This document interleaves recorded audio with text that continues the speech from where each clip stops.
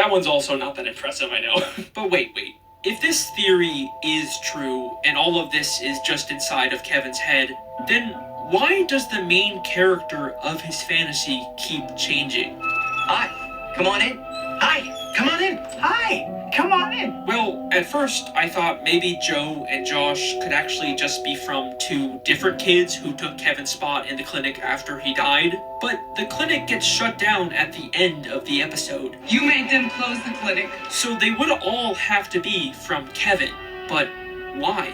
Well, we're told that Kevin has tried to escape from the clinic before. We called the police this morning as soon as the clinic told us that Kevin ran away. He's done this before. So, what if every time a host leaves Blue's Clues, it's actually Kevin trying to escape the clinic, and when he's inevitably put back inside, He's done this before. his fantasy resets with a new Blue's Clues host. Hi, come on in. Hi, come on in. Hi, come on in. Okay, so there is a surprising amount of connections here. You can't deny that. But it still kind of feels like we're missing something. Like, I can see why Kevin would imagine a fun, colorful world to escape his abuse, but why is Kevin's fantasy so focused on playing a scavenger hunt game with a blue dog? As far as I can tell, there's nothing similar to that in this episode. Well, I think to answer this, we need to take a closer look at what Blue's Clues actually is. At the beginning of the Law & Order episode, Kevin's doctor explained to the detectives why Kevin harmed himself. It's pretty common with some autistic children. It's frustration because of their inability to communicate. It's frustrations because of his inability to communicate. Now, autism is a spectrum, and it's a lot more complicated and nuanced than the way TV shows like this tend to portray it. But it is true that some people with autism have varying levels of difficulty communicating. And I think this becomes interesting when we take a look at what Blue's Clues actually is. Well, what story should we tell?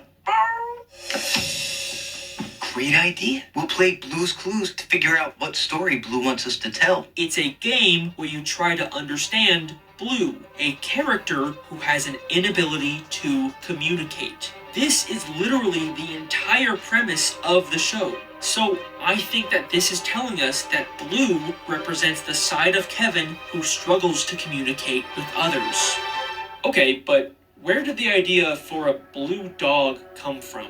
Like I said, I couldn't find any references to dogs in this episode. The closest visual was this vaguely blue drawing in Kevin's room that I can't really make out, or this teddy bear that kind of had a similar pattern to Blue, but nothing really concrete, which is weird because Blue is such a major part of this fantasy. But then I realized it doesn't matter if we can't find a direct connection, because in Blue's Clues, Steve didn't actually adopt Blue.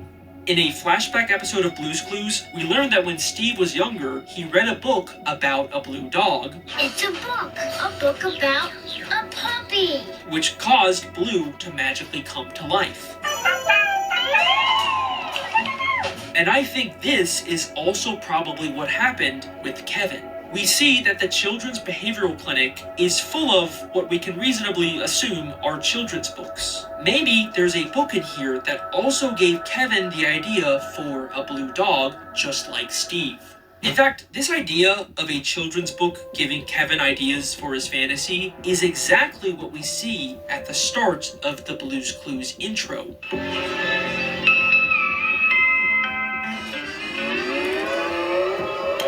Hi, it's me, Steve. Every single episode of Blue's Clues starts with a stack of children's books in the real world, before going inside of a book called Blue's Clues where the episode takes place. The show literally tells us every episode that Steve's world is fake and comes from a book. And I think this real world full of children's books is actually the Law & Order Behavioral Clinic. And if this is true, that also means that there's probably a book literally called Blue's Clues in the clinic that Kevin is basing his fantasy off of. So even if we never see a blue dog or even hear the name Steve in this Law & Order episode, Kevin still could have gotten all of those ideas from an existing Blue's Clues book in the clinic. Now, the only thing that doesn't really fit with this idea is mail time. Hello, mailbox. Hi, Steve. Have I got a letter for you? Sure, maybe the talking purple mailbox was just something from the book, but there's no way Steve watching videos of kids in the real world would be something in a children's book. Look, it's a letter from our friends. Hi, Steve. This is where we play with our blocks. This goes that way. So, what are these videos? Well, the behavioral clinic is full of other children. You want to see what a good day is for some of these kids? So, I think these videos are Kevin's perception of the other kids. There is just an undeniable amount of connections and similarities between this episode and this show. It just really feels like Blue's Clues is all a fantasy inside of Kevin Jeffries' head. But at this point, you're probably wondering, could any of this actually be intentional? Like, if this theory is true, does that mean that the entire plot of Blue's Clues was actually secretly based on this one random episode of Law & Order? I'll admit, that seems unlikely, especially since this episode came out a year after the Blue's Clues pilot was filmed. I think it's a lot more likely that if this was intentional, then it was probably just the Law & Order creators deciding to secretly connect these two shows on their own. Maybe just because they thought it would be funny, I don't know. Or maybe it's some weird mixture of both, because even years after this episode came out, Blue's Clues does still seem to weirdly line up with it. I honestly don't know. And to be fair, this could all still just be a bunch of weird coincidences and that's it. But regardless of the creator's intent, it still works, you know? And it makes talking about Blue's Clues a lot more interesting. And at the end of the day, I think that's kind of the point of all of these edgy Blue's Clues fan theories. And this was originally where I planned on ending this video. But there was still one lingering question that was bothering me. If Blue's Clues really is just inside of Kevin Jeffries' head, then what about when Kevin died at the beginning of the episode? I mean, I guess we can just say that the entire Blue's Clues timeline takes place before Kevin's death, and if the show ever gets canceled, then we can just say that that is when Kevin died and the fantasy ended. But what if I told you we've already seen Kevin's death inside of Blue's Clues? So, I recently watched the new Blue's Clues movie from 2022 called Blue's Big City Adventure. And not only did I find even more similarities between this movie and the show, but I believe that this movie is showing us the day that Kevin died and the true end of the Blue's Clues timeline.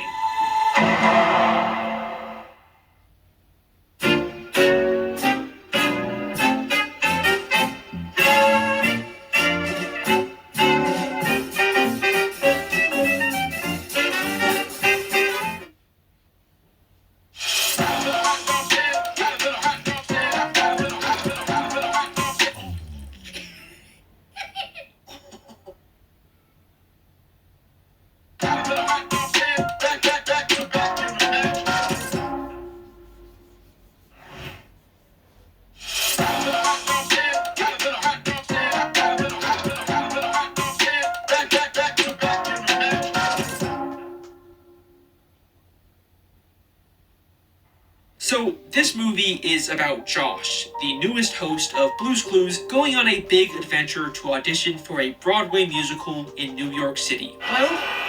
Here, definitely not in storybook world anymore.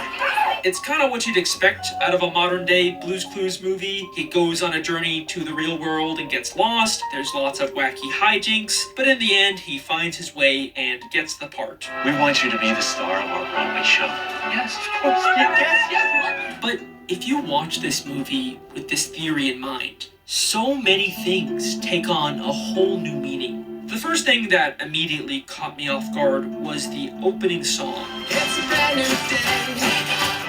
This song is about starting the day, and Josh keeps saying, "Good morning." Good morning. Good morning. And literally, the first thing we hear Kevin Jeffries say is, "Good morning." So dumb. Good morning, how are you? Despite it clearly being night. We also hear this line in Josh's song. This life is just like a beautiful dream. This life is just like a beautiful dream.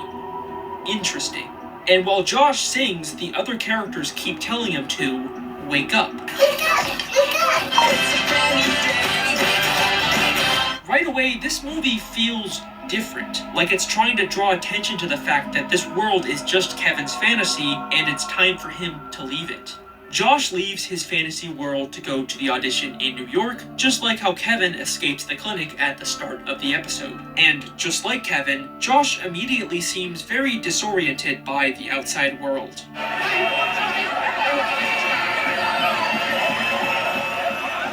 Until, of course, his fantasy starts to take over to protect him from reality.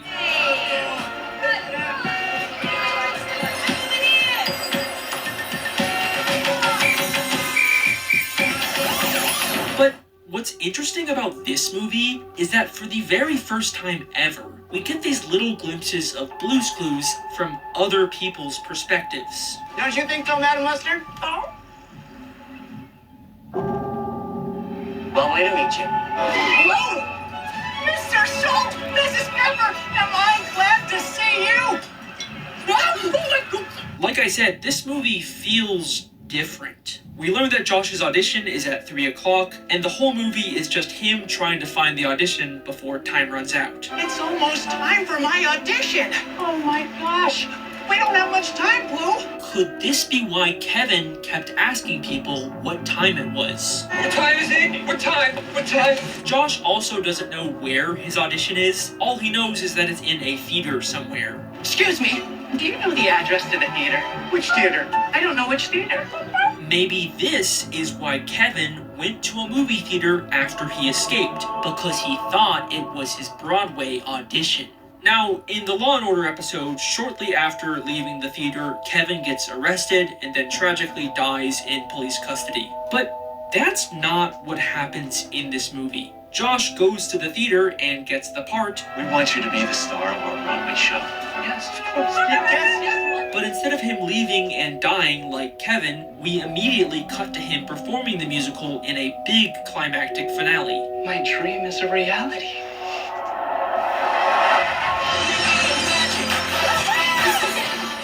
So, if this movie really is Kevin's final escape, then what if this is what Kevin experiences as he dies?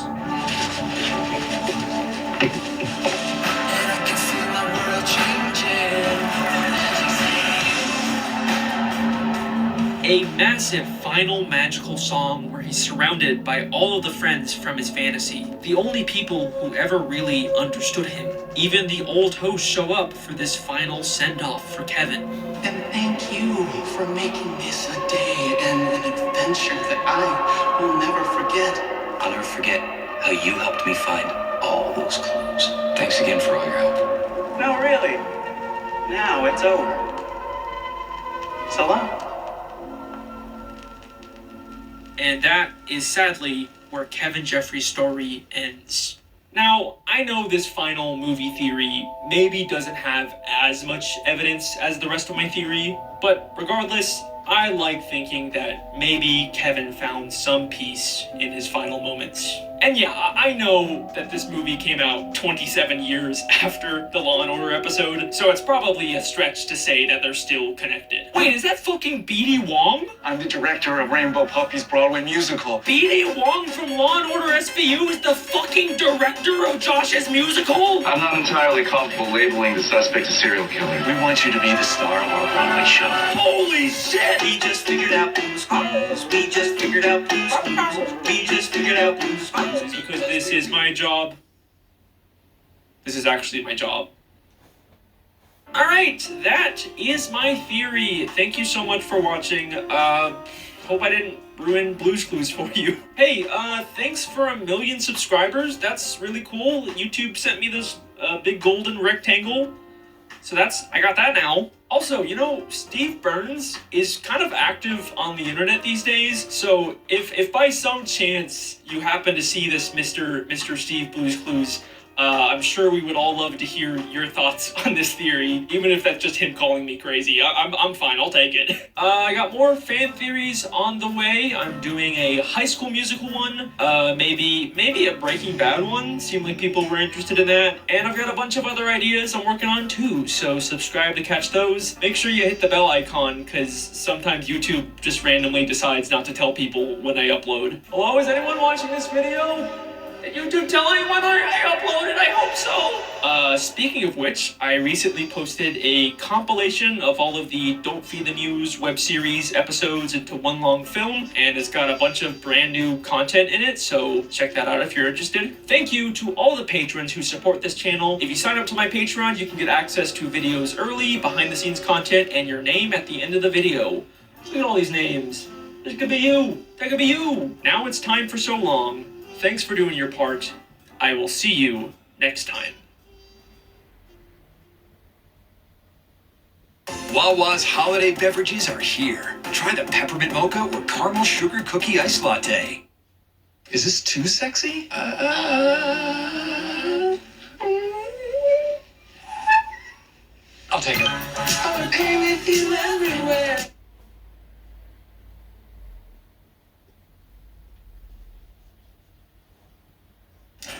Happy holidays and welcome back to some crazy Reddit stories. I'm Shane, and today I'm joined by Courtney and Amanda. Hello. We hope your holiday season is going well, because we're about to read some stories from people whose holidays have been a little bit more of a struggle. Uh-oh. I kind of love it. I feel like we're going like this. And today it's not going to be about finding the biggest asshole. It's about finding the biggest Grinch. Ooh, I love a Grinch because Jim Carrey as the Grinch was the best. I agree. I disagree. What? It's actually, we have a lot of people here who hate that movie. Are you effing out of your mind? Look at his body. It's hilarious. His body alone made the movie. I was like, what? Okay. His body alone made the movie. I couldn't stop looking at him. So cute. Just shut up. Let's get into these holiday struggles, shall we? We shall. Am I the asshole for asking my girlfriend if I can bring my female friend to my work holiday party? What? Love this. We're starting off great. All right. So my girlfriend, who's 27, cannot make it to this is a 27-year-old man, cannot make it to my work Christmas party because she's going to be out of town for a bachelorette party. We have a pretty close friend group, and we often hang out with our couple friends, Jay, who's a 27-year-old man, and Elle, who's a 27-year-old woman. I have known Jay since undergrad, and we're very close. I have known Elle since middle school, and we've always been good platonic friends. Elle and my girlfriend met through us all hanging out, and they are very good friends now. They hang out and go get a girls' dinner a few times a month. Over the weekend, we were all together and talking about how my girlfriend cannot come to the Christmas party, and Elle makes a comment about how she could come. It says it's at a nice venue, and she said she would never turn down free food and drinks. Jay was fine with it, and we said we can all meet out at a bar right after the party. It didn't seem too unordinary, considering Elle had come to my work Christmas party 2 years ago, and I had gone to hers that same year. Granted, we were both single at the time. So I asked my girlfriend, and she says that it's super weird, and that my first inclination is to just replace her since she can't come, and that she doesn't like the idea. It doesn't seem like a big deal to me, but apparently it is. Am I the asshole for asking to bring a female friend instead of my girlfriend, rather than just going to the work Christmas party alone? This is complicated. I think this is complicated, yeah. At first I was like, no. And then I was like, yeah, I think it's fine. Only because I have very, very close guy friends that I think that if my partner was like, I can't go, oh, you should just bring Matt or whatever. I think he would be totally fine with it. But I wouldn't bring my friend if my partner was like, oh, what the hell?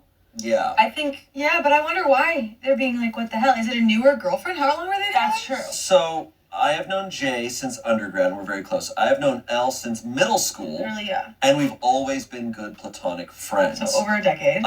So and this is. And how long are they a couple? They're a couple.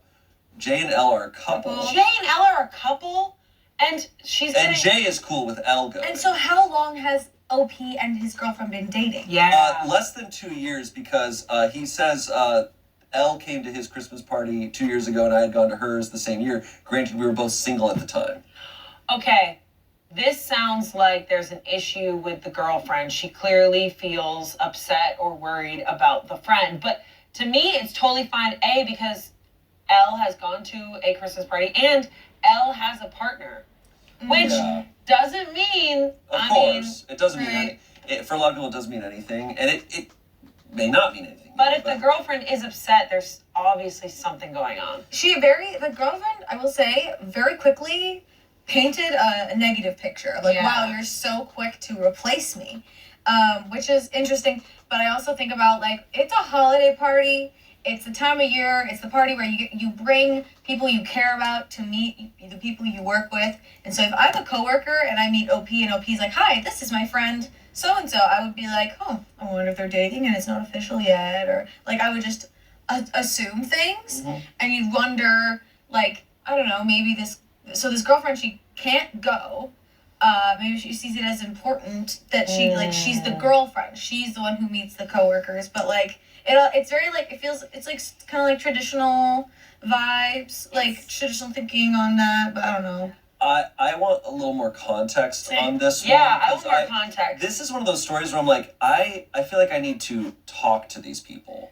Because I feel like this is so different based on the couples. I agree. Because I like, yeah, knowing you and knowing so much of us here at Smosh, I'm like, oh, we're all chill with stuff like that. I think it would be absolutely fine. But it can be very different based on the relationships. Especially where they work. The fact that you can be compared right now to Ruby Frankie is absolutely complex. It's hilarious, really. We live in a world nowadays where people will turn nothing into something. But there's also people saying that the video of her son flinching, it was far from the first time she's been criticized for her parenting. People pointing to things like when very viral video of her picking up 17 dirty diapers that were strewn around her house after a day of not throwing anything out. There were on tables scattered around the floors of different rooms. People think that there's an unsanitary house for small children. Also, other videos that generated controversy or ones where it appears she's eating in front of her son and seemingly denying him food. So in part, that's to say people have long been criticizing her. So right now, big news that she's being investigated, though officials have not said if they found anything more, even what they specifically are looking for. For now, that's where we are. We'll have to wait to see where the story goes. But then we gotta talk about how after 10 months of anticipation and hype, OpenAI has finally launched its video generation model, Sora, which allows users to type in a prompt and the AI generates a brief, high-quality video. With Sora, then notably allowing users to give feedback and change AI-generated video exactly how they want. Things like adding objects, removing them, changing the color, and even storyboard prompts to try to generate a cohesive video. Some of the videos that people are releasing are fucking insane, but many doing just how realistic people make them look. Some of the most popular examples being the likes of MKBHD sharing this video on Twitter. Well, it's obviously not perfect. You see things like the garbled text. Those anchors, the footage, it looks real. It's not. So also regarding the current shortcomings and review we posted on YouTube, we touched on some of the other criticisms. Like one, being that a lot of objects and motions still seem to pass through one another. And connected to that, Sora sometimes struggles to realistically recreate how things move, right? People sometimes walk in very stilted or almost slow motion-like ways. So we also highlighted some strengths there as well. Like, for example, if you turn a video into a cartoon or stop motion, a lot of those unrealistic-looking movements no longer feel noticeable. And connected to that, erase Sora's ability to generate abstract backgrounds and short infographic-like animations. But ultimately, with all that, with MKBHD saying that Sora is a powerful tool and really emphasizing that tool part, right? Noting that this tech is both horrifying and inspiring at the same time. When they're hitting on energy concerns and adding that one of the scariest parts is just how much we still don't know about this tech. I also asked for a video of a tech reviewer sitting at a desk,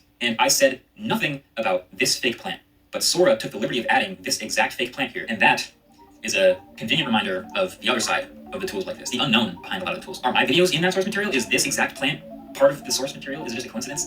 I don't know. OpenAI has talked about using publicly available media and data, and it's always to me been a kind of sketchy definition. We don't know if it's everything. We don't know if it's too late to opt out, if we wanted to opt out. And on that note, right, the road to get this launch, I mean, it's been long and not everyone's happy. But just last month, a group of artists shared their limited access to Sora and protested the way OpenAI was treating the artists it was partnered with, saying that the labor of hundreds of those artists giving feedback and testing for bugs went unpaid, and only a very select few were chosen for a competition to have their Sora made film screen. Also, I feel like we should mention the fact that Sora is not alone anymore. Following OpenAI's tease of it back in February, a lot of companies jumped on the AI video generation train, like Google's VO or Kling or the more recently released Hunyuan video. Some saying it was options of dim the shine of Sora's launch a bit here. People comparing the results from several different generators saying that Sora doesn't really measure up quite yet. There's also a lot of concern regarding safeguards here. As deepfakes become more and more common, people are worried that tools like Sora could only make that worse. Which actually, OpenAI has acknowledged even limiting Sora's ability to generate videos of people in them for right now, and promising to roll out more access once they refine their system for preventing deepfakes. With that, also including a feature that will identify what video comes from Sora and verify its origin. But for now, that is where we are, though I will say that those last concerns are the most important for me personally. It feels like in just the last year, there's been just an overwhelming wave of misinformation, and I can just think of countless ways and infinite scenarios where tools like this are I don't know how we're going to know it's real or not. Because remember, this is the worst that this technology will ever be again. And I hear and see people talking about safeguards and we'll be able to verify and check. We really don't know how effective those tools will be and what the landscape's going to look like. In a world where we constantly award who did the thing the fastest or the biggest rather than the safest, I will hope my concerns are misplaced, but I do not think that they are. And a quick breather from news. When it comes to finding a doctor, I think we all know how frustrating it is to search, call around, and wait, only to find out someone doesn't take your insurance or just isn't accepting new patients. And I personally had a great experience using ZocDoc, right? It made finding a doctor so much simpler and stress-free. So I'm happy now, of course, that they're a sponsor of the PDS, but I appreciate what they do for me. I appreciate what they do for people. This is a service that I recommend to friends and family. Because ZocDoc is a free app and website where you can search and compare high-quality in-network doctors, choose the right one for your needs, and click to instantly book an appointment. We're talking about in-network appointments for more than 100,000 healthcare providers across every specialty, from mental health to dental health, eye care to skin care, and much more. You can search by location, availability, and insurance, right? There's no compromise here because you've got more options than you know. This is, again, ZocDoc helps you find and book doctors from family physicians to specialists who prioritize your health and let you know up front if they take your insurance. And all this is ZocDoc appointments happen fast, like typically within just 24 to 72 hours of booking. You can even score same-day appointments. So hey, go to ZocDoc.com/Phil and download the ZocDoc app for free, and then find and book a top-rated doctor today. That's ZocDoc.com/Phil, ZocDoc.com/Phil. But then, if Rupert Murdoch inevitably dies, who's going to take over the world's largest right-wing media empire? A question whose answer could dramatically change your future Thanksgivings with your family. And that because the owner of News Corp, Fox News, The Wall Street Journal, The New York Post, and hundreds of other newspaper and TV stations in Britain and Australia, he is 93 years old. So likely, we're not going to have to wait too long to see how this succession crisis plays out. But to talk about what will happen, we have to talk about what has happened, starting in 2006. Because that is when Murdoch established his family trust, dividing up the financial pie among his 6 children and retaining absolute control over his empire for himself. And the struggle that we're about to get into, it's really not about the money. It's about probably the more important thing, power. Because under the terms of the trust, once Murdoch dies, voting power will then be distributed equally among his 4 oldest children: Lachlan, James, Elizabeth, and Prudence. The big thing with that, though, is that they are all very different people. Starting off, Lachlan's the furthest right politically and the closest to his father in that respect, which is likely why he's been appointed chair of News Corp for the time being. Then you got Prudence, the oldest child and only daughter from Murdoch's first marriage, right? I mean, she's the most private and least involved in her father's business. Then you have Elizabeth, TV entertainment mogul and socialite, capitalized on her last name, but still tried to carve her own path through the business world. And finally, there's James, the youngest of the 4 and seemingly the most liberal, or at least the most moderate. He and his wife are outspoken climate activists. He's donated to the Anti-Defamation League at Charlottesville and even donated to and voted for Joe Biden. Yet surprisingly, he is also the most involved in the Murdoch empire alongside his right-wing older brother, Lachlan, the two actually sharing operating responsibility for the companies from 2015 through 2019. But that year, he left, and the next year he stepped down from the board of News Corp as well, with time citing disagreements over certain editorial content published by the company's news outlets, which many took as him not being able to stand the network's Trumpification, election denialism, and climate denialism any longer. But despite their differences, all 4 children, even including James, have been considered at one time or another to be potential heir to the Murdoch throne, which has naturally led to some, we'll call it friendly competition between each of them. Probably most famously showcased during the British phone hacking scandal in 2010, where Murdoch's tabloids were found to illegally spy on politicians and celebrities. And since James oversaw News Corp's British operations at the time, Elizabeth reportedly tried to convince her father to fire him and promote her, though she denied that. Also, if you're like, wow, this family drama sounds a little familiar, like, I don't know, the plot of HBO's Succession, we're not the only one who thought so. In fact, according to court documents obtained by the New York Times, Elizabeth's representative of the family trust saw the episode where, spoiler alert, in case you have not seen the show, skip ahead like 20 seconds. If you didn't do it at this point, it is your fault. The father, Logan Roy, unexpectedly dies, throwing his media empire into turmoil. So Elizabeth's guy reportedly drafted a so-called succession memo meant to avoid a real-life repeat of those fictional events. And in April of last year, reportedly Murdoch's children began secretly discussing a public relations strategy with the father's eventual death. I mean, it even goes both ways, right? The writers of Succession are open about having taken inspiration from the Murdoch dynasty. Funny enough, one of Murdoch's ex-wives was barred by her divorce settlement from giving them ideas for the show. So the question, does art imitate life or does life imitate art? I guess it's both at the same time. You know what? Sometimes it is a big dick competition. But one major difference between Logan Roy and Rupert Murdoch is that the real-life media magnate, he actually did choose a successor at the end. By no means was it a big plot twist, right? It's Lachlan. Of course it's Lachlan. You're my boy.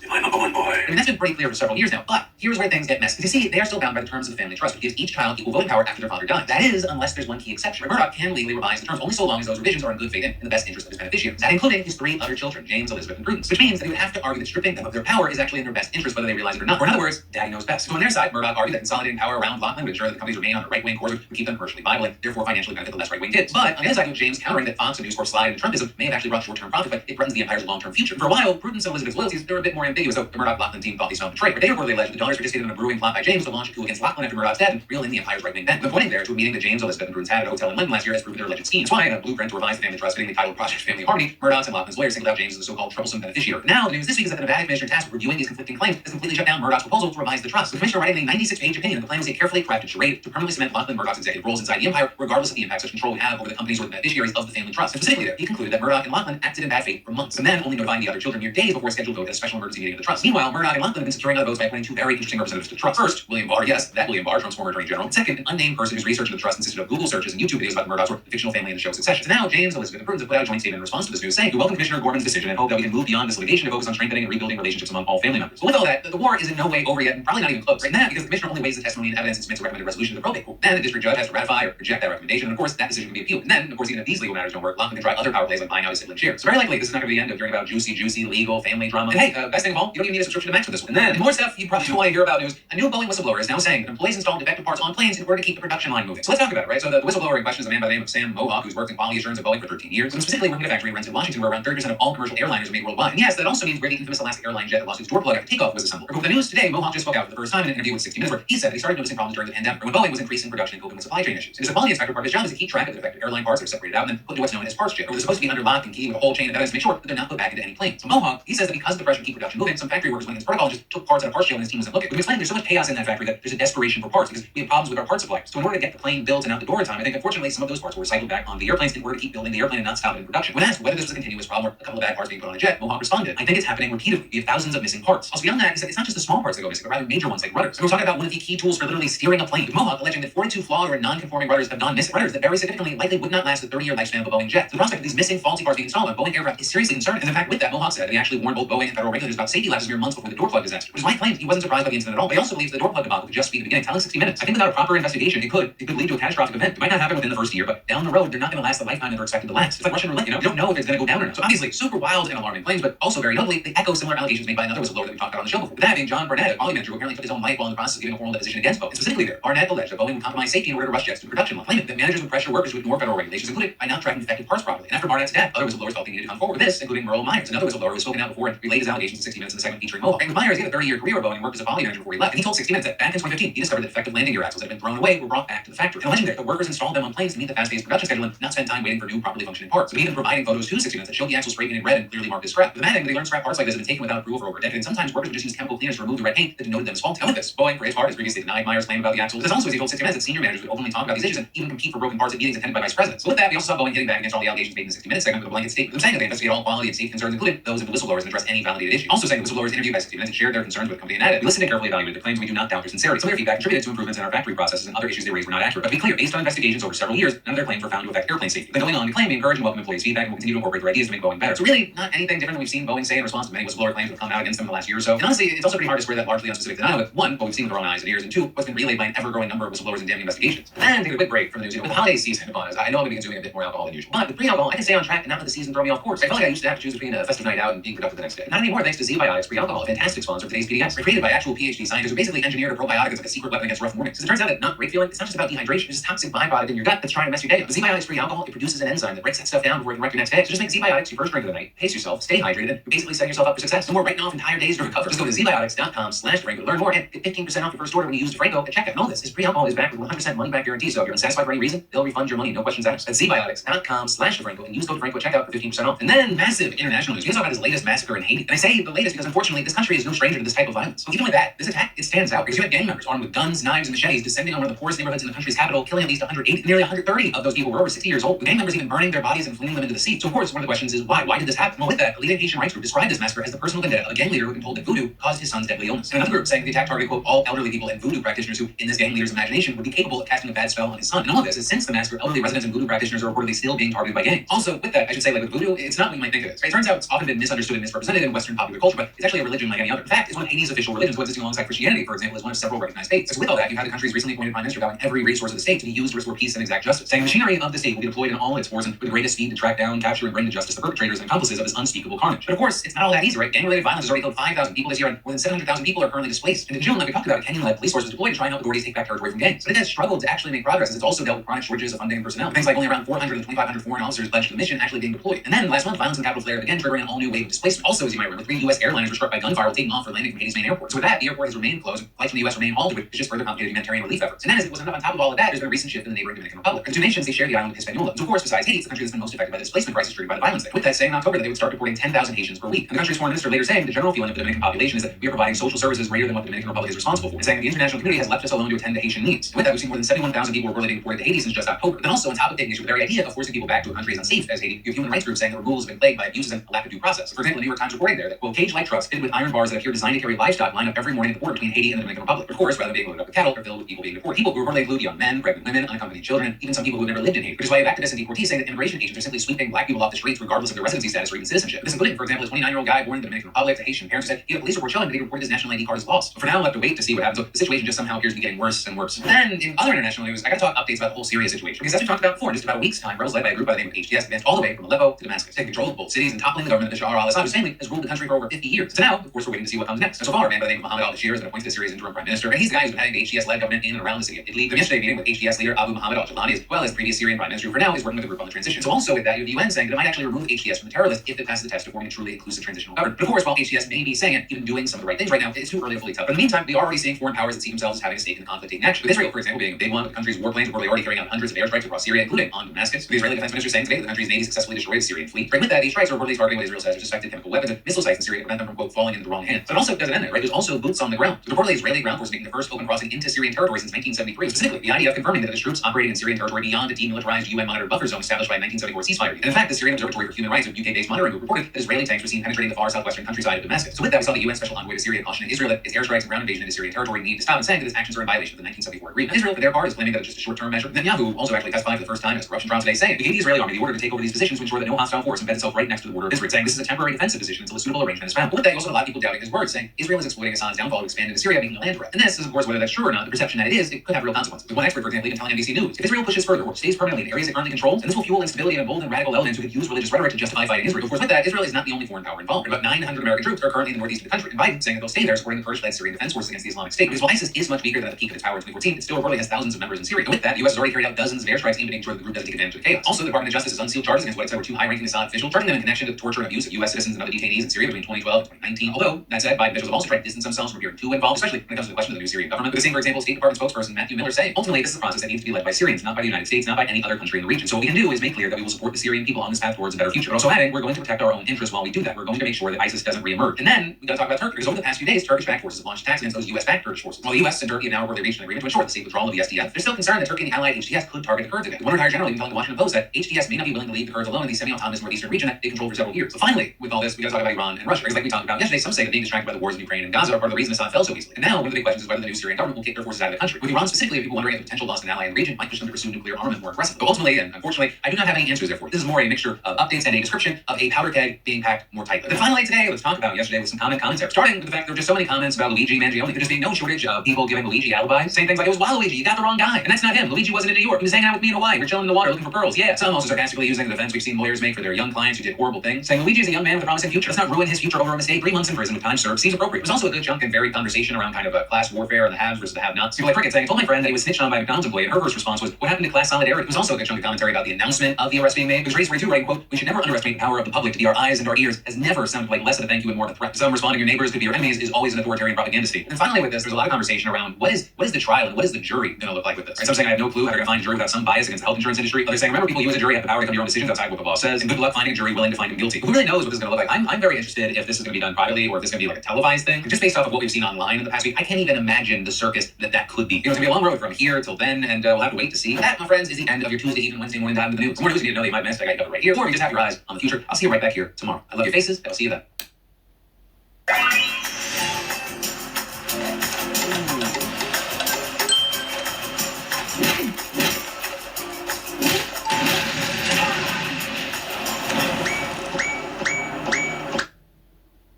Yes, honey. This one's my fave. I tell you how I want.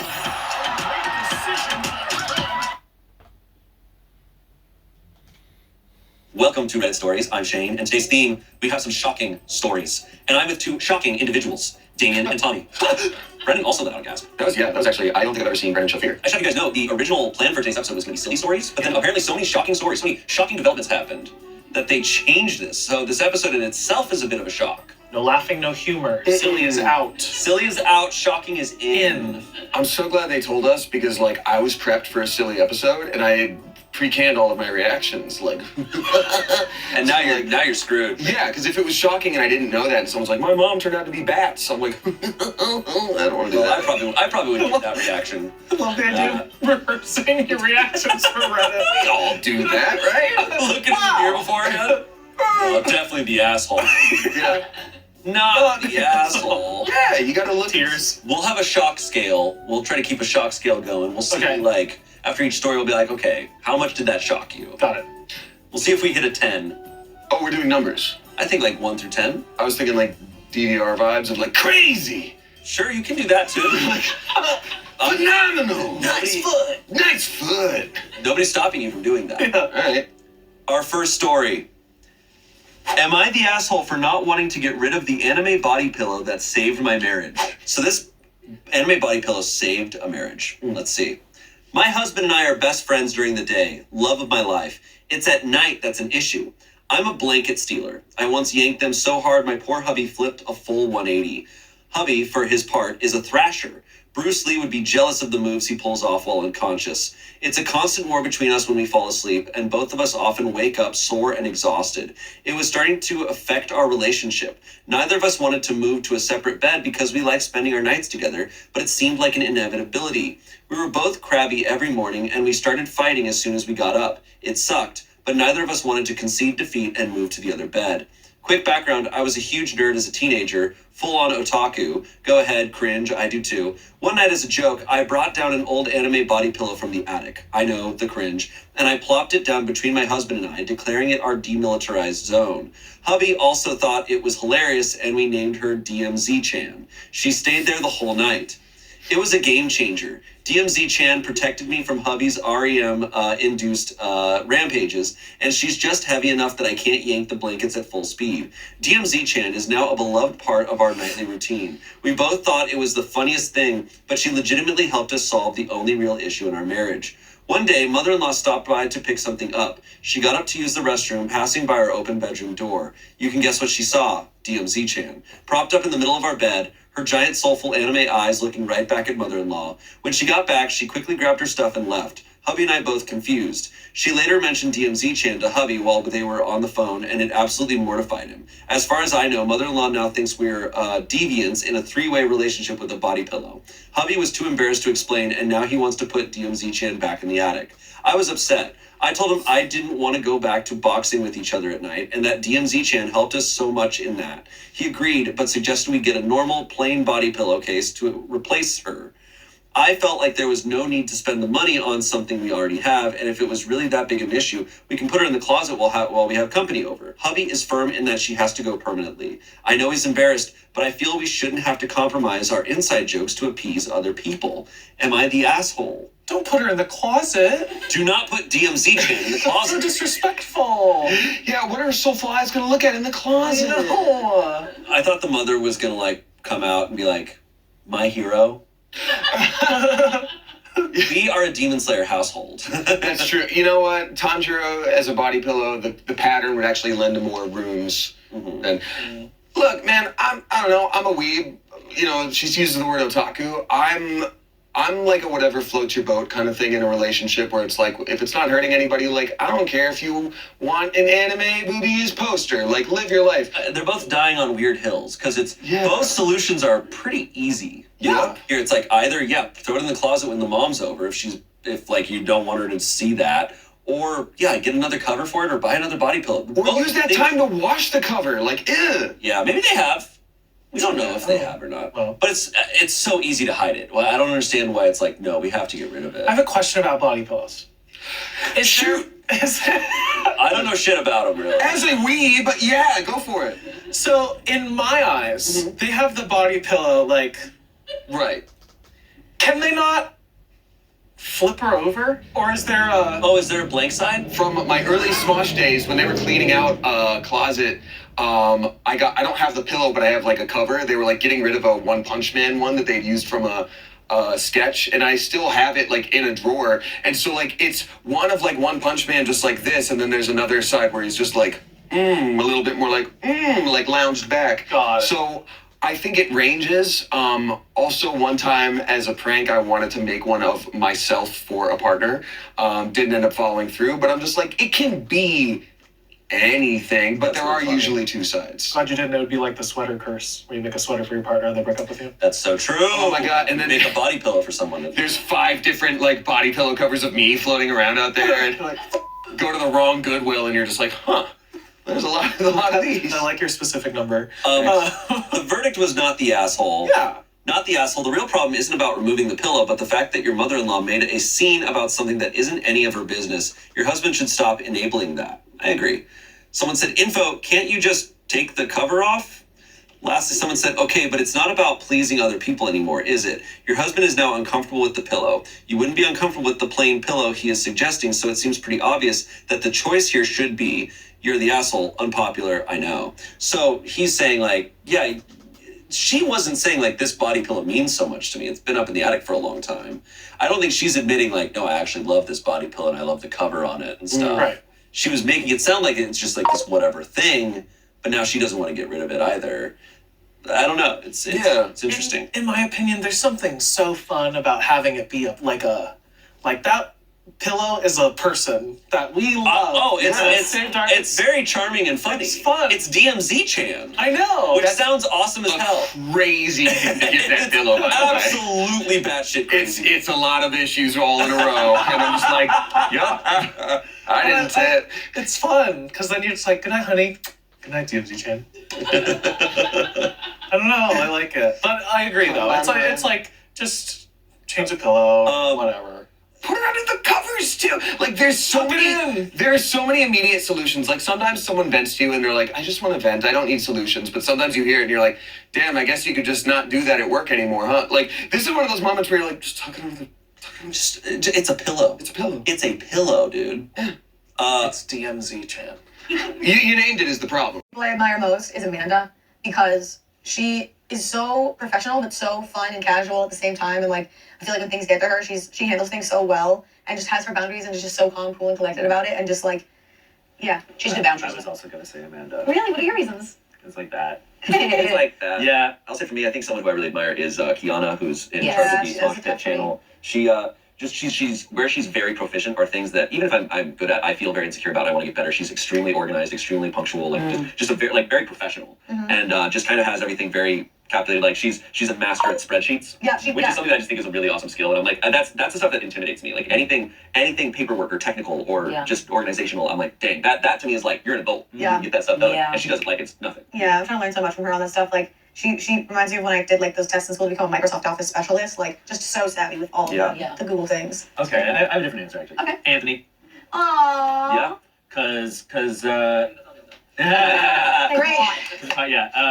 Yeah, no, I think it's just because he was always like until towards the end of his time at Defy, he wasn't like 100% in it. But like before that, with like the sketches and now that he's back, like whenever he's like doing something, he's like 100% into it. Yeah. He is fully committed. He's willing to do whatever it takes to make sure it's like the best that it can be. Yeah, I And- appreciate that about him too. Yeah. He's like very like wants it to be like he has a high standard for things, which can be a blessing and a curse sometimes. But like I feel like it's really helped him a lot. I'm really excited to continue working with him now because like when he came in, he was like, oh yeah, he's like, I want to help you guys like improve the Smosh Pit and Smosh Games channels. Now I was genuinely very excited because I'm like, oh, he's very good at like that part of being a YouTuber and like really like making things more polished and simple and streamlined, and I feel like we're gonna see a lot of improvements. That's awesome. He's not gonna change, like nothing's gonna change. It's just gonna like level up, work better. Yeah. Like it's almost like when you take a car to a mechanic, you're like, there's nothing wrong with the car, and then you leave it, and you're like, oh my god, it's driving so much better. Yeah. Holy crap. Yeah. I feel like that's the vibe. That's a good one.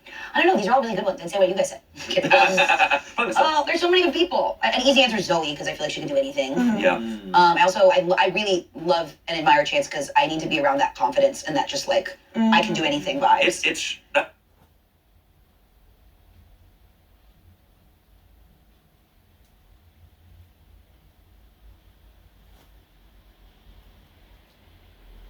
that amount of confidence is shocking to me. Yeah, and it's so foreign to me. I saw him finally, like, we were out, like, in a big crowded place. I'm sure he's fine with this. I saw him, like flirt with someone. Oh, yeah. And I was like, that is crazy. Oh yeah, I pointed somebody to him. Yeah. And I was like, that one? And he's like, okay. And he just like walked up and was like, why did he was just like immediately initiated? Yeah. And I was like, oh my god, Chance has So impressive. And it's the best type of game where it's not game because he thinks he's incredible and better than people. He just wants to connect and is not scared to connect. Yeah, it doesn't come across creepy. It doesn't come across like he's trying to hit on you. It's just like, hey, oh, I'm engaging with you. And it's it's really cool. For someone like me, I'm like, that's shocking. Yeah. I was just like eavesdropping. I was like sitting there like waiting to like order a drink, and I was just like listening. I was like, dang, Chance, like wasn't creepy at all. You know, like you're saying, like just. But even like in just like creative settings, like we were on a Zoom last night for a sketch team, and I said something, and he was like, and he texted me, he goes, fight for yourself. And I was like, you're right, I do want to do this. Wow. And I was like, that's a good thing. That's awesome. crazy. Yeah. That's awesome. I'll do a light question. Why not? Whoa. Pickles and boogers. What's the biggest mess you've ever made? That's we can take that metaphorically. Like we can take like it doesn't have to be Right. physical mess. Right. It can be. That's a good one. Just what's the biggest mess you've ever made? One time, okay, because it's technically my fault. I made it. This is the weird joke of the morning, or not even a joke. So one morning I was getting ready for work, and I just literally, I don't know how I think I had COVID tested at work, and my call time was later, so I grabbed Starbucks on my way home, and I go home to shower, and I left my coffee on my vanity, and I just got my cats, and I get out of the shower, and then I hear a whoosh, and my cat, and I run and I like try to grab it, so then I'm like covered in coffee, and then I was so mad I chased my cat around naked covered in coffee around my apartment. I feel like it needs like the Benny Hill theme. Yeah. And that technically is a mess I made because it's my fault for leaving it in a place that the cat would knock it over. It was pretty messy. I was pissed. It was like that feeling when you have a full fresh coffee and then it goes. Oh, it's devastating. It's devastating. I once had I had an AeroPress, which is kind of this weird device that mixes in the cup, and I told everyone about it, but I had filled it up all the way, and then it on its own it just kind of fell over and just was like, and like it shot all over the wall and like a little bit on me, so like it was So just coffee like grounds it burns and... on my no, it's the liquid coffee too. It just everywhere. It was awful. Resolve, better than the leading competitor at destroying stains, neutralizing odors, and preventing remarking. Ransomware can work in your system for months before it strikes. It's why you need to back up more data for longer in the cloud. Back up to a better cloud. Here at Laffy, Lucy, DeAndrea, Reich, and Ryan, we can be the firm that will listen to you and do. This isn't like a huge mess. It's just a very dumb thing that was so entirely my fault. When I was like 18, 19, I had like for some reason I had a couple really tiny bottles of Tabasco sauce like right next to my desk, and I was home alone one day, and just randomly I was like, take a little swig of one of these little tiny. Just literally little tiny ones. Like, I just wanted to try like a little tiny taste, like I sort of like and I try to like do it and it doesn't come out because it's like a little tiny bottle. The air is kind of weird, and as I tilt it back. Because I was like, oh, dang, nothing. And as I tilt it this way, because the pressure, it shoots, like, really spurts up into my eye. No. So I was like, ah, dang. No. I was like, I couldn't see, like, just moving around my room, like, by myself. I was like, I'm so stupid. This sucks so much. And then this is more of like a emotional mess or just whatever. When I was a kid, I've told this story before, but I realized it's happened multiple times. I would sometimes let the intrusive thoughts just win when I was like 6. Where you think like, what if I said that? And then you just say it. So one time I was out on the playground. This was in kindergarten. And I'm just kind of sitting out there. And our teacher and a bunch of kids are playing like kickball. And this is important context. My teacher's wearing like very normal clothing, like just fully covered up, whatever. But in my head, I was just like, for some reason, it was just like, what if you said nice boobs? Holy shit! Mind you, like, there's no glaring factor here of like why to be said. There's. But I just was sitting there. I'm 6 years old, and I just suddenly was like, nice boobs. But it was what you said it was when she was playing kickball and she like went to kick her. She kicked the ball. She kicks the ball, and I just go, nice boobs. And she goes, what? And I was like, oh my god. And my friend's right next to me. She goes up and she's like, what did you just say? And my friend's like, he's right there, just like.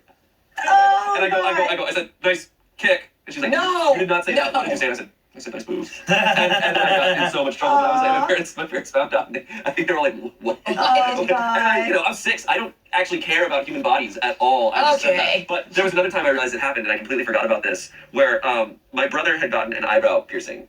And my mom knew about it, but my dad didn't. And it was like, my dad was a lieutenant colonel in the Air Force. It was like a thing. Like, it was just like, I don't know how he's going to react. Oh, let's just don't tell him. So I think they told me not to say anything. And but that's probably because they told me not to say anything. That I was at dinner. I think I was at Cracker Barrel with my parents, and I'm sitting there just eating food, and they're talking about something else entirely. And it's just one of those moments where it just suddenly starts to happen again. I was just like, he got an eyebrow piercing. And then they're like, what? And my mom was like, oh god. My dad's like, wait, what? And I was like, oh god. And your mom goes, what? And you go, nice boobs. And I turned to the waitress and I go, nice boobs. And it was just like, it was a mess again. I was like, oh, what have I done? Like, I immediately felt, I was like, no, why did I say that? I felt bad. I remember, like, it was all fine. Everything was totally fine. But I remember that was one of those days where I was like, in my head, I was like, my parents are gonna get divorced because I said that. Like, you know how you think that way when you're a kid. But I don't know why. It was like a very specific time period. Like, it was like when I was 6 years old. It wasn't something that I dealt with a bunch of my life. There's only 2 instances I can think of. And it's something I definitely grew out of. I'm very good at keeping my mouth shut now. But yeah, I created some messes with that. Wow. What about you, miss? Yeah, I mean, the first thing that comes to my mind, it doesn't initially sound like it was my mess, but it is. I think I probably explained. About a year and a half ago, I bought a classic car, 1974 TVR 2500M, and I got rats. And rats got in my garage and got into the car and tore it up, ate the carpet, ate some of the seat material, got into the engine bay, made a nest in the engine bay. Oh my god. Yeah, and just generally just covered my car and the garage in a layer of rat poop. And then one of them made a ratatouille? I wish. That's a ratatouille. So like I had to lay some traps out, not poison because wildlife eats the rat's poison and then you get secondary poisoning. So that was just a PSA for people. So I was trying to get rid of these rats and they just like kept coming back. and I realized, like a couple months later, that I had left 2 giant bags of dog food in my garage, and the rat had very sneakily eaten a hole into the back of it, so I didn't see that it was open, and then ate a lot of the dog food. So that explained a lot of the rat poop. So I got rid of the dog food, and then I think they might be gone now. But like, man, if I would have just known to like if I would just like use my brain for a second and been like, oh, I should get the food out of the garage, maybe then it would change. Then I wouldn't have had such a bad rat problem. Also, didn't you have used to have a lot more cats in your neighborhood, but that changed? Do you think that has anything to do with it? I think it was a couple things. It was like I used to have like 16 feral cats outside my house. 16. Yeah, because a neighbor of mine just feed them, right? Would just feed them and not get them fixed. She was old. She had dementia stuff. She didn't know what she was doing. But by the time she was out of the house, we called a trap and release. Together, we can save the planet from all those soulless, self-driving sleep pods. Everyone else keep polluting our streets with.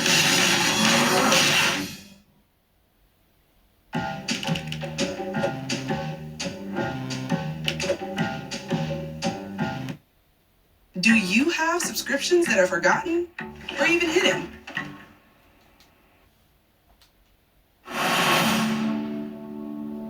Dr. Larson was in a car accident last night. So they would trap the cats, get them fixed, and then release them back. They were 16, but then they sold that house, and then they did a renovation. So I think what happened was the contractor, whoever trapped the cats again, rehomed them or something. Yeah. So a lot of those cats were gone, and then also because they were doing renovation on this 100-year-old house, I think a lot of the rats were living there. Yeah, a lot of the house wasn't being used. So I think they all got scared out of that house during the renovation and just moved next door. Damn, what a chain of events. Crazy. Right to your new car. When you were first talking about the dog food, I thought you were going to say you forgot that you left a giant wheel of cheese. I wish. It sounded like I forgot that I left a giant. I put my cheese wheel next to my new car. I can't believe I did that. So those wheels were cheese wheels. Cheese wheels. So yeah, I don't know the extent of the damage to the car yet. I'm too afraid to start it.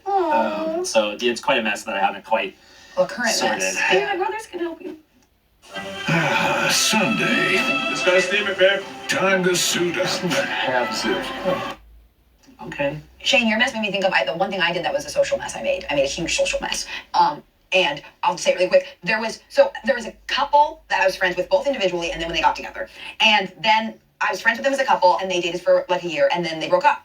And we're still in the same social circle, and they broke up, and it was months after the breakup, and we're all at a birthday party, and they were both there. And I don't know what the was going through my head, but they happened to be next to each other, and I just was like, you two together? And I think I was just like, oh, they're at the same party? Yeah. And I just went, you two together? And they got so uncomfortable. Oh, no. And I was like, oh my God. And I was just like, to me, it looked like old friends. And I was like, hey, Angela! And they were like, not together. And I was like, it was just of course, they're both not trying to think about the fact that they're both at a party. And then I go, you two? It's awful. Anyway. Angela. Angela. All right, your turn. Okay. I'm going to do a bigger question. Whoa. I know, crazy. This is a funny question. I don't know the answer to it yet, but is there anything you wish adults did more of? If so, what? Play in the sprinklers. Oh. Why don't we play with the hose anymore? What happened? Who put the hose down? Who put the hose down? Who turned the hose off? I'd say sleepovers. Sleepovers! Oh, yeah! Angela! We had the most fun at VidCon because we were all in adjoining rooms, and it was like a sleepover. It was so good. I want to do a sleepover. That was what I originally wanted to do for my birthday. It was just have a sleepover, but I wanted to have the house be far enough away that no one could be like, it's getting late, we're actually gonna leave. I know, that's the shitty part, is everyone would just stay late. Everyone wants to go to their comfy bed, but it's like, no! It's about friendship. Yeah. I love that. That's a great And one. French toast in the morning. Yeah, breakfast together, Yeah. meals together. Yeah, pancakes in the shape of a clown face. What? Pancakes In the shape of a clown face. Mama, where's my pancakes in the shape of a clown face? Where's my clown pancakes? I think break dumb little rules. Yeah. Break little rules. Mhm. I don't know. Or eat junk food. I wish more adults did that. I feel like they do. I feel like they do. I think. Okay, guys. I wish we had more. I wish we had, remember in school and it would be like crazy hair day and like crazy hat day and like. I guess that would be my answer. I Pajama think people day? can just dress more crazy. Yeah. Like- And it just be normal. People in LA, I mean, people around here, especially at Semoske, like people do dress pretty cool and how they want. But I think in general, it's like, dude, what if everybody decided to just start dressing like it's the 20s again? We just all just did that. We just got could wild. just do that, but like in an even weirder way. Like Yeah. we could all just tomorrow wear zoot suits, Yeah. and then that's just the new norm. Okay. Parachute pants and a turtleneck. Yeah, let's get in the mood of the season. Okay, all right. Now, when I wake up on Christmas morning, I'm happy to be alive. Well, you didn't drink as much as I did.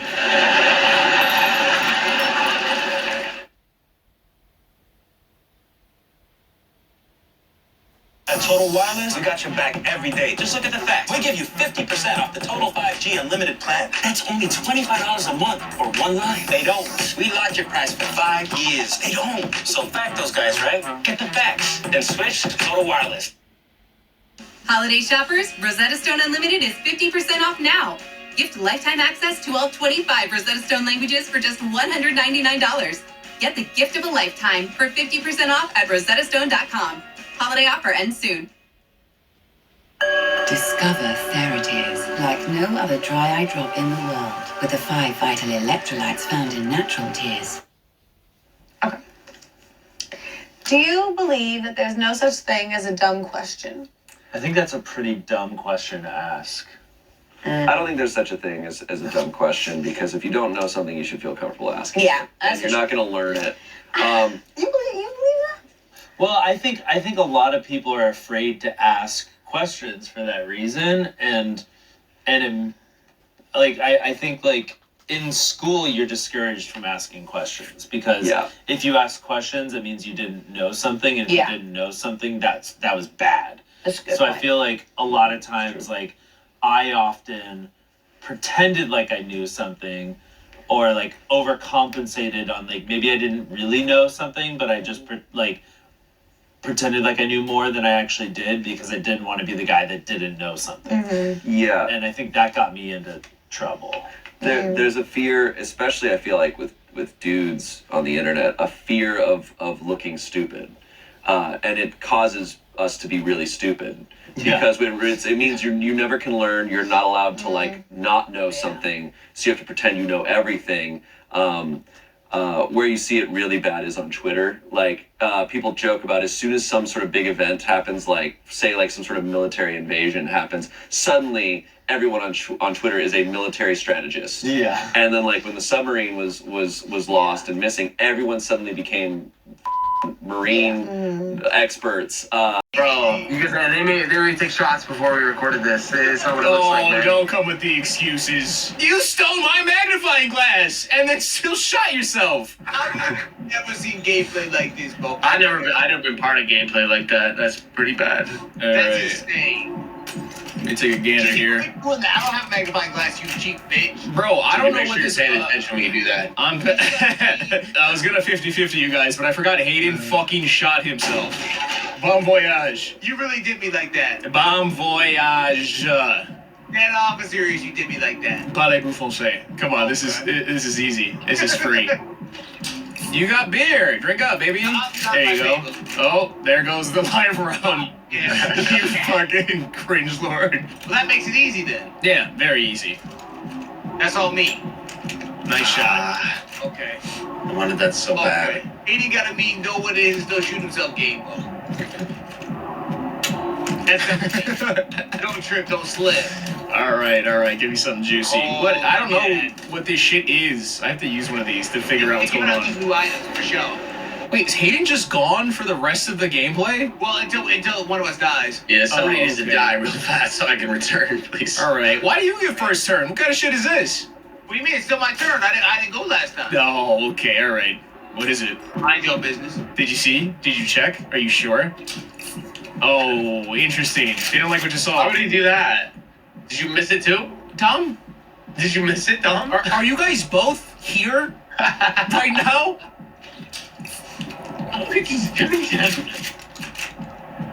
I don't know if I follow the strategy. I'm seeing it happen and I'm not following. I'm waiting for the grand finale here. I don't know if he has a strat. Okay, well go ahead. You got a 50-50 shot here. You got some shit.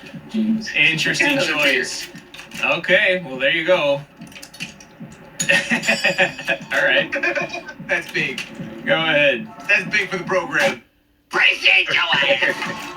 Let it be me again. Okay, what are we getting here? Let it be me again, please. What do you got over there? You got some dog shit. I'm gonna just take a quick puff. I promise I'd quit, but what does this do? What? It shows you the future. You calling Dr. Phil? Who the fuck you calling? Oh, that's interesting. Hey, can I steal one of Hayden's items even though he's dead? No, bitch, you can't steal one of my items. What did you just get? That's kind of fucking crazy. You took mine. No respect for the dead. You took mine, buddy. Remember that? Hey, I think I kind of like my odds, Donnie. What do you think? Tom had a lot of shit to talk like we ain't two cheeks of the same ass. Money. Love that. In all fairness, Hayden 1v1 himself. I don't know what to tell you. All right, let's go. So have you not been recording anything? Hey, who the fuck you calling, Mo? Don't worry about it, bitch ass. Well, you push the same button over and over, radio. It's at 0, 0, 0, 0, 0. Stop it. Okay. Oh my God, Gigi calling this goddamn Dr. Phil hookup. What Dr. Phil said, Gigi? I think he said this is gonna hurt. Ooh. He was correct. Dom is not the father. I skipped my turn? Oh, that's what you dialed in, you son of a bitch. Oh, is that a thing? If there was 3 live, 4 not live, this one's probably not live, right? So, if I switch the polarity of the shell, then it should be live, and then if I saw off the barrel, then it should be live X2, which should mean Dom's in for a world of hurt. Oh! I loved it. I loved the build-up. I was really thinking there. You were cooking on the build-up. I think by this logic...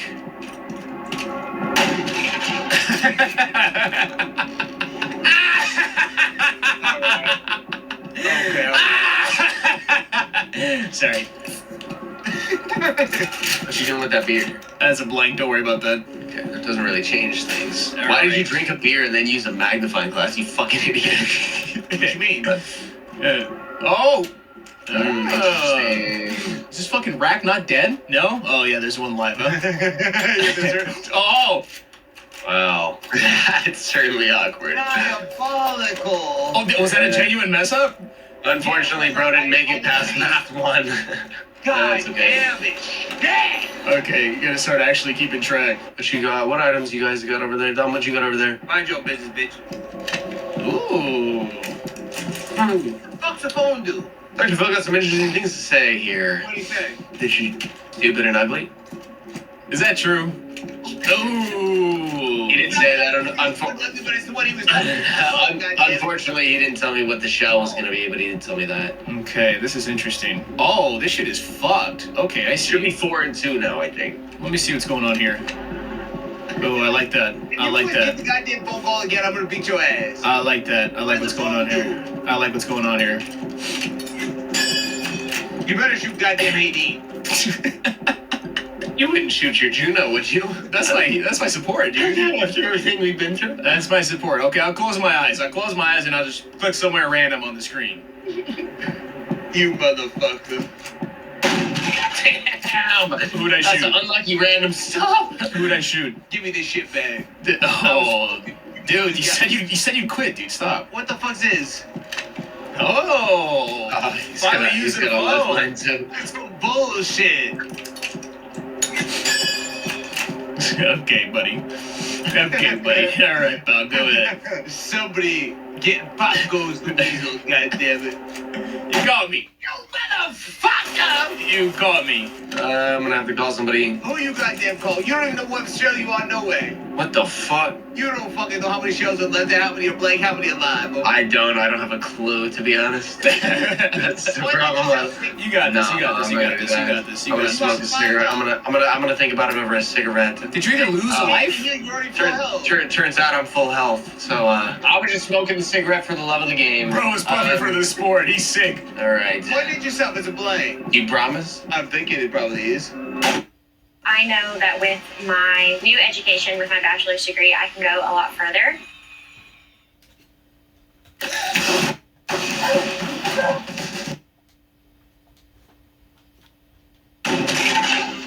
I did not like your odds on that one, Aiden. Well, I am gonna do something very cutesy pie here. You're gonna love this. What did yourself? I'm gonna swap the polarity of the current shell in the chamber using this little gadget that I made myself. I'm gonna use this other little saw here because I don't like the tip. I'm gonna pull this up, and because somebody was mean and cruel and didn't promise Hayden that it was a blank because he's a lying son of a bitch. No, I said I think it is. I'm also assuming that it was a blank in there to begin with. So I could look really stupid right now, or I could be a stone cold killer. Yeah. No, damn it, no! Oh, somebody's paying the stove. Oh, damn it. What, goddammit? No. The burner phone told me wrong. The burner phone lied to me. Wait, now I'm just confused, I'll be honest. Wait, maybe we're all drunk. Gigi, I'm a little nervous. I'm gonna take those cigarettes really fast if that's okay with you. I'm gonna go ahead and hit that. Thank you, brother. This man is fucking addicted. Thank you. I've developed lung cancer just in the last 30 minutes. What? So is there any live shells in this bitch? I'm pretty sure that is incorrect. Okay, so I had the live shell and I reversed it into a fucking shitter shell. This game is smarter than me. I didn't get any really items that I wanted to get there. Okay, should be easy to keep track of. Hayden, I don't want to say anything, but You're gonna get that on a 50-50. I'm a little worried about you. I think you're addicted, so I'm gonna take this for you. The fuck, man? Those are my Camel Reds, man. Dude, I'm sorry. I'm a little worried about you, man. I'm sorry. Okay, here's what we're gonna do. We're gonna play this game. Stiggy and a beer. Toss one back to the boys. Okay, that's alive. Like that. Okay. Who else still a little thirsty? Not gonna lie. Toss that out. Another live. We're in a fucking Pound Town, baby. You know what time it is. Take that out. That's a fucking blank. All right, that didn't help at all. Statistically, there should be a blank in there. Should be a blank in there. Keyword should be a blank. Odds are in my favor. So if I swap the polarity of this one right now, assuming that there is a blank in there, and then I point this straight ahead and shoot Hayden, because there's not gonna be anything in there. There's not gonna be anything in there. That's why I aimed at Hayden. It's a nice little flip phone there. You know what the flip phone told me? That I'm 0 for 2 on polarity swaps. It told me this round may or may not be a live one. Okay, that's kind of bananas. You know what else the flip phone told me? I don't think there's a live one in there. I don't think there's a live one in there. I don't think there's a live one in there. What the fuck the flip phone tell you, Dom? Is this next one a live one or no? It told me number 4 was live. I thought that was number 4. That's what I thought. It's number 4. Next one, you fucking idiot. Yeah, you stupid dumbass. Is that true? I don't know. I feel like I got lied to by the flip phone. Not gonna lie. How many live shells are left in this bitch? This one has to be live, right? Is there any live shells in this goddamn shotgun? This should be any. Okay, so they all gotta be live then. I'm a little bamboozled. No, I ejected 2 live rounds to begin with, and then I swapped the polarity of another live round. So that means there is 1 more live round in this stupid fucking shotgun. There's 2 live left. There's 1 live, you fuck. I think there's 2. Okay, let's gamble that. I'm fucking bamboozled. Fucking beats me, buddy. I bet. Fucking beats me, buddy. Yes! That was the last shell there. Okay, clearly I need to pull up like an Excel spreadsheet on the side to keep track of what's happening here. Well, when you over there pumping through goddamn 7 shells, you fuck up the polarity of the goddamn pole, you bitch. Okay. 3 and 3. Ass. This game is gonna take for fucking ever. I'm locked in. All right, Hayden, you got this. Set the tone. All right, I'll set the tone. Don't let Gigi manipulate your ass. Set the tone. Let me have a beer first before I make some gun decisions. All right, one live out. Let me have another beer before I make some decisions. Not another fucking live round. Okay, blank. Okay, we're back to 50-50. Let me phone a friend. Let me phone a friend real fast. That's gonna give you dick all. That's just misled me. Okay, so it said the 3rd shell is live. Did it actually? Yep. It's never. Oh, damn. I'm taking licks. Hope you don't mind if I borrow Semoske. Let me take a Gandarooski, all right? Let me just do it. That's cheeks, All right, that's interesting. Okay, let me see what's going on over here. Okay, that's fucking useless as all hell. Who you phoning? Shut the fuck up! Did you miss the magnifying glass? I didn't miss anything, motherfucker. Let me just real quick. Appreciate that. Okay. Sorry, I wasn't locked in. I totally wasn't locked in there. Now you don't know what it is. Gigi, remember what I told you, Gigi. Okay. Let me just. Oh, love that. Interesting. I think you guys know how this works, huh? Yeah, correct. Okay, fucking final boss over here, juiced up, needs to take one down. Steal my cigarettes and shoot me in the head. I get it. Alright, what are we working with here? Okay. Starting things off with a little lung cancer, I see. The cigarettes are OP. They need to nerf that shit. Oh, 100%, no doubt. Bitch! I knew you were gonna do that This stupid is shit. busted! This is busted! What do you mean? Oh my god. What else are you taking? Oh, I thought you had singing over there too, Gigi, bro. No, you have all the shit that I have. I'm hurting over here, man. So what you gonna take, Tom? I'm jonesing right now. Alright, shitter. You switched the order. That's not what I thought it did, to be honest. Okay. Alright. Let's get rid of that live. Alright. 2 and 2. Oh, what are you doing? Let me borrow that Coca-Cola. What are these strats? This is for me then? Fuck. You are struggling. Gigi, are you thinking the same thing that I'm thinking right now? Yes, but I'm not, yeah. Okay. Dumb. Okay, you know, I'm not gonna say it. I appreciate you. Why would you do that? Oh, do what exactly? Why would I do what? What is with you, dog? I thought you were gonna cook my ass. Thanks for giving me the turn, though. I appreciate it. Let me start things off with a cigarette before one of you fucking nasty fucks steals this thing from me. Oh my god. Let me just see here what we've got. Okay. That makes it a little bit more of a problem than I'd like it to be. Well, let me really fuck things up here then. Oh no. This always makes it so complicated. Fuck. Oh, yikes. Let me throw back one of them ciggies. How the fuck's it not my turn? Because I reversed the order, you son of a bitch. You son of a bitch. Okay. Dude, my magnifying glass! Smart call. Okay, now while I'm at it, what else you got over there? You got... I got nothing useful, dog. You got some bullshit. Let's run the dice on this. That's fucking insane. Ooh. That's insane. This fucking stinks. Stick your booty hole right there, oh, goddamn. Who you calling up what they say? This shit is fucking... Oh, the third shell. That fucking third shell was miles ago. That shit came and gone, bro. Hold on, I need to lock the fuck in right now. Who you taking, what you taking? I don't know, you guys got nothing of fucking value, clearly. Oh, interesting. You already had one. I didn't have that one. What's that thing in the corner? What's what in the corner? Okay. Yes! Let's go! I'm gonna do this. I'm gonna do this, and I'm gonna do this. This is a hell of a gamble. Oh, no! Fuck! That's definitely oh no for somebody, that's all. No, he fucked it. Is that the last shell? Yeah, that was the last shell. Bring some new items, there we go. Can I have a magnifying glass in this bitch, or... Can I start a round, please? No, fuck you.